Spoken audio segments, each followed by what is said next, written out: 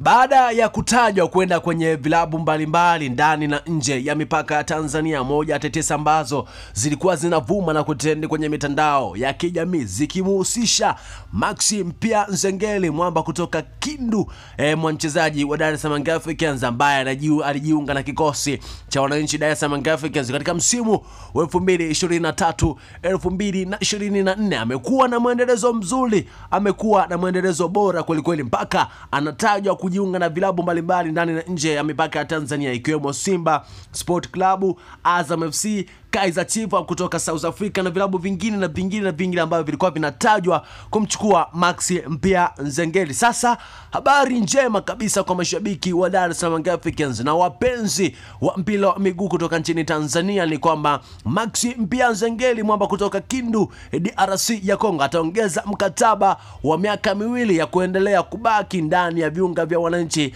Dar es Salaam Young Africans. Uongozi wa Young Africans umeanza mazungumzo rasmi na timu ya AC Maniema Union kutoka DRC ya Kongo ili kukamilisha dili hilo. Japo kiongozi wa timu ya AC Maniema Union Jenerali Ikumba amesema mahusiano mazuri kati ya uongozi wa Young Africans na timu hiyo ni makubwa sana, hivyo uhakika wa mchezaji huyo kubaki Jangwani ni mkubwa sana kuelekea msimu ujao 2025-2026. Maxi Mpia Nzengeli ambaye alikuwa anahusishwa na vilabu mbalimbali kutoka ndani na nje ya mipaka ya Tanzania, hivyo anatajwa kuongeza mkataba wa miaka 2 mpaka 2027. Maxi Mpia Nzengeli kuendelea kubaki katika viunga vya wananchi Dar es Salaam Young Africans. Muda wote kuanzia hivi sasa nitakuletea taarifa rasmi ya mchezaji huyo kuongeza mkataba, ni lini ambapo ataongeza mkataba ili kuendelea kubaki katika viunga vya wananchi Dar es Salaam Young Africans, ambapo mpaka hivi sasa